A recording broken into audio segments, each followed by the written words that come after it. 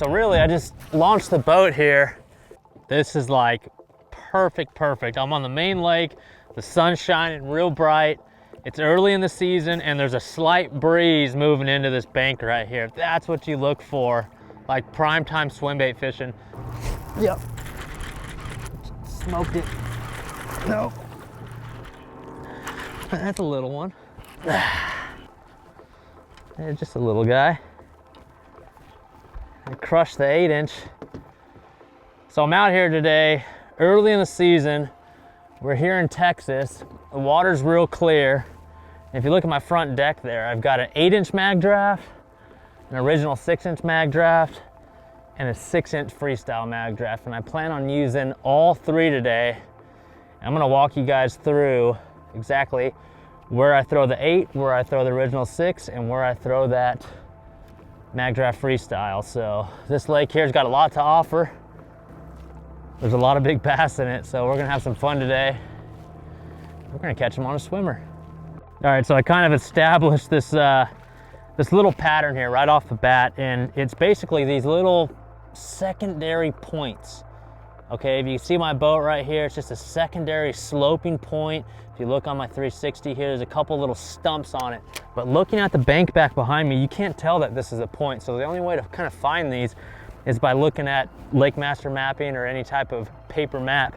I just cast it out there and had like 2 6-pounders follow the 8-inch in.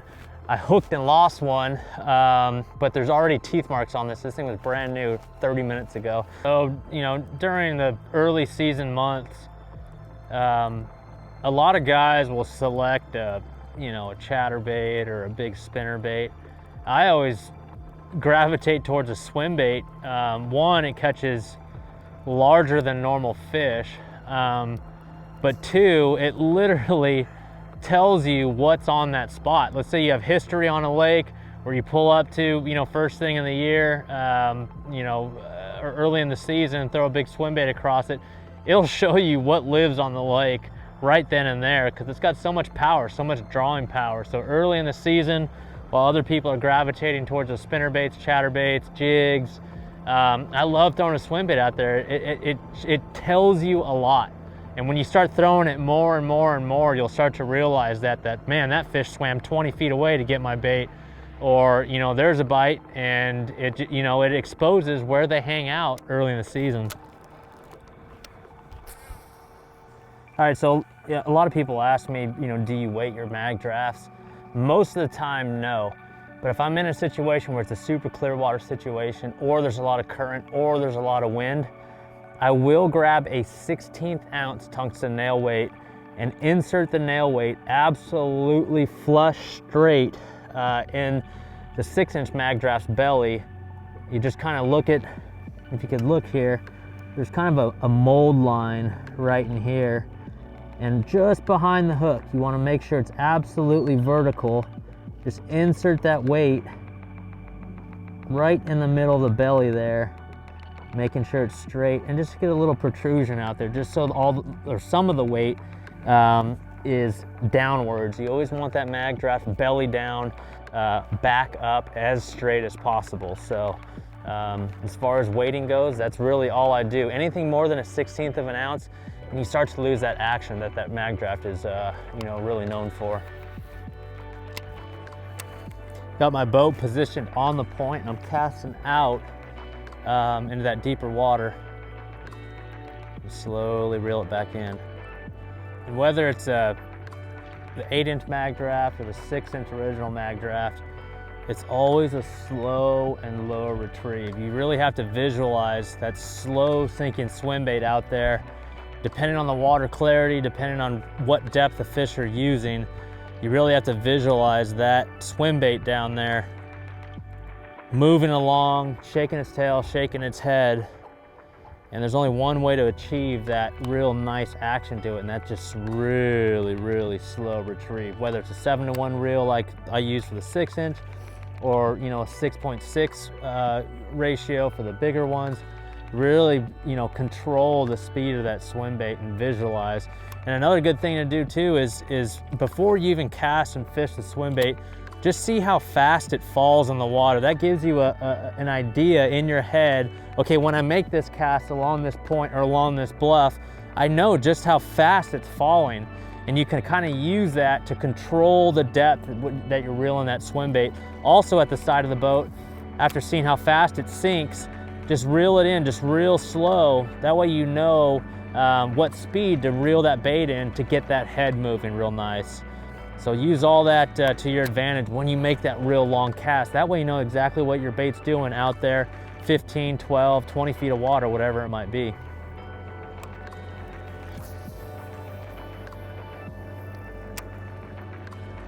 So there's one following, big one following, 3 of them. Johnny, look, oh my gosh, dude. Oh my God, there's 2 giants following it. Big giant ones, dude, like 6s. Giant, no, he came off. Come on.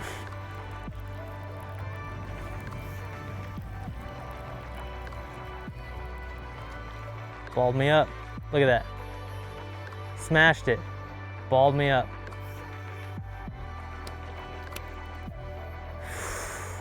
You're not hooking them like that. Dude, that fish was so big. It had the whole thing crumbled in his mouth. I mean, that whole thing was in a fish's mouth right there. And if you take a look at this hook, you heard me talk about it before, but especially with the 8-inch version here, that's one of the best modifications you can do, unless this happens right here. And that was a big fish. That was like in 20 feet of water. I let it sink down to the bottom, but I'm just gonna undo this here. I mean, he smoked it. But take a look at that hook right there. It's pointed straight out. That's my designated hook to stick inside the belly of the 8-inch Magdraft there, just so it holds tight. Not only do you have the magnet holding the hook in place, but you've got that designated perpendicular hook stuck inside the belly, which gives those 2 hooks plenty of gap and plenty of hooking space there. But that one completely engulfed it, smashed it down, got it all balled up. There's nothing you can do about that. All right, let's talk about the equipment here. Throwing an 8-inch swimmer here, fairly heavy. I mean, pretty big chunk of meat here. I always throw it on like a 20 to 25 pound, either fluorocarbon or old school monofilament, copolymer, whatever you prefer. Couple advantages of the copolymer or a monofilament: it floats. It's a little bit thicker, so right now I've got a 25 pound test monofilament copolymer on, so it's real floaty. So what that does to an 8-inch Magdraft, although this thing likes to swim down there in that 10, 12, 15 feet of water, the monofilament kind of lifts it up a little bit. And it's almost like fishing maybe a 1 ounce spinnerbait or a 3/4 ounce spinnerbait, kind of that zone. And then the thicker and the heavier the line you go, it brings this bait to like a 1/2 ounce spinnerbait. So right now I've got this 25 pound test mono on here, and I'm able to cast it up in 12 feet of water, 15 feet of water, and I could really kind of control the depth that this thing's swimming at just by using monofilament line. If I want to fish it in 12, 15, 20 feet of water and leave it down there, then I'll go with a 20 or 25 pound fluorocarbon. Fluorocarbon sinks, this bait stays along the bottom a whole lot better. Same thing goes with the 6-inch version. Just keep in mind that there's a lot more stretch to monofilament there, so you're gonna need a little bit heavier rod. I use a 8-foot Orochi Double X. It's an 8-foot rod. It's an absolute swim bait meat stick. So when one eats it and doesn't ball it up, when it eats it good, all you gotta do is step back, even with that real stretchy monofilament, and you drive the hooks home. So kind of keep that in mind. So the swim bait is more trainable, just like you're training a dog on a leash. The swim bait is more trainable with monofilament because it parachutes, because it kind of lifts the swim bait a little more. You're able to control your reel speed. Slower means lower and faster means higher, but it's more trainable with that monofilament because it floats a lot higher. Fluorocarbon seems like you got to work it just a little bit faster to rise it up, and if you reel it real slow, it'll stay along the bottom. So kind of keep that in mind when you figure the fish out. When they're along the bottom, go with the fluorocarbon. When they're kind of suspended up in the tops or they're real aggressive, kind of in the higher water column, go with that monofilament. But just keep in mind that stretch is there, and you got to compensate with the heavier than normal swim bait rod. You hear me talk about it all the time. Fish some of the most obvious structure or the most obvious spots on your lake with the swim bait. Again, chances are the local fishing pressure doesn't include a big swim bait on main points like this. I mean, just these perfect little rocks, real shallow. I mean, they're big rocks, they're shallow. That's just a perfect spot to run a swim bait by. That's kind of my favorite way to fish the 6-inch Magdraft. Is literally, it's just like a 1/4 ounce spinnerbait or 3/8 ounce spinnerbait. You're just going down the bank, making sure the tail's moving, making sure the head's moving. And the only way to achieve that is just that slow, steady retrieve, almost like you're fishing a 1/4 ounce spinnerbait across all of these little rock outcroppings, laydowns, just the real obvious stuff. And the question I probably get asked most about the 6-inch Magdraft is the equipment I throw it on. And it's real simple. It's your jig rod, your pitching rod. This is a Rochi XX perfect pitch, which is a 7'2" heavy, just a 7'2" jig rod. It's got a little bit of tip to it where I could be accurate around you know, rocks, docks, cover, but it's got plenty of backbone to support the 15-pound test fluorocarbon. That is a big, big deal. 15-pound test Seaguar and VizX. That's the fluorocarbon. It's real thin stuff, but ultra strong. So it's not restricting that head movement in any way. So that is a big, big, big deal. If you throw it on 20, you're gonna have a lot of lift, and you just have a little bit more restriction on that head movement. So you wanna go with the lightest line possible, but maintaining that strength. And I found that 15-pound test fluorocarbon is the best for that. 7-to-1 gear ratio reel, real simple. I like the 7-to-1 when I'm going down the bank, trolling real fast. I can pick up a lot of line quickly. And also if I pull down or spot lock down and make repetitive casts, all I gotta do is slow that reel down and I'm effective with that original 6-inch Magdraft. All right, so I just sat down to rig here. I moved further up the lake. I mean, today I've been fishing the 6-inch and 8-inch original swim baits, and I'm up here in this more stained water further up the river. The water's a little warmer, and there's a lot of obstacles in the water, like stick-ups and just gnarly bank rock and a couple of laydowns. It's perfect for a spinnerbait up here. It's also perfect for a Magdraft freestyle, which is what I like throwing. Again, we're targeting larger than normal fish. And the thing about a freestyle is you're free to rig it however you want to rig it. It's a swim bait that doesn't come with a harness, a hook, or anything like that. My favorite way to rig it by far is with just a Trocar swim blade hook. It's just an inline hook with a little screw lock in it. There's only 2 sizes I throw, a 1/4 ounce and a 3/8 ounce. A 3/8 ounce version is just a little bit heavier. I like fishing that in like 15 to 20 feet of water. And the 1/4 ounce version, I like fishing anywhere from 2 feet of water all the way down to about 15 feet of water.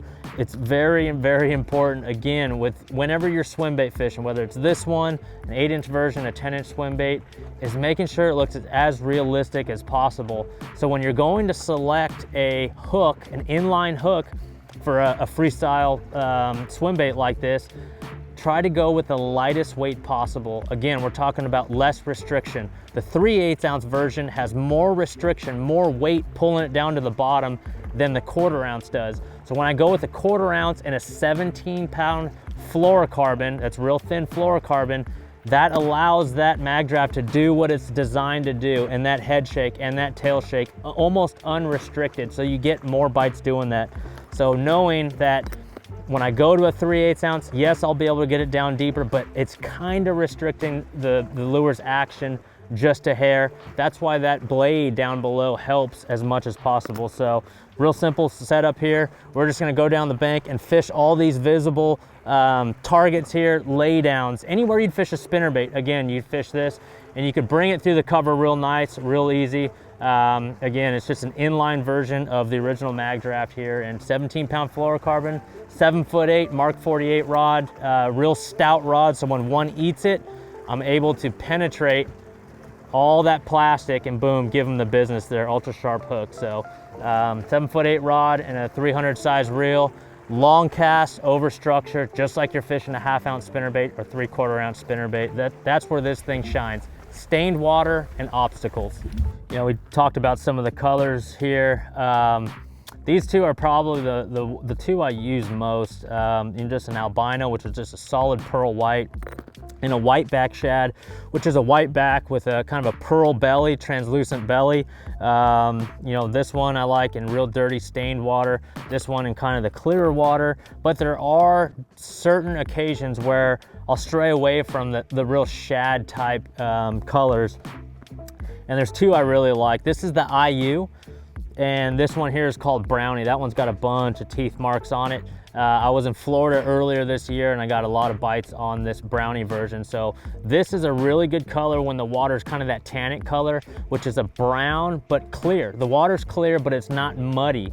The water's brown, the light penetration comes down. It just really matches that tannic colored water, and it really matches a golden shiner really well. So that's Brownie. That's when I'll tie the Brownie on, is when I'm in that kind of environment.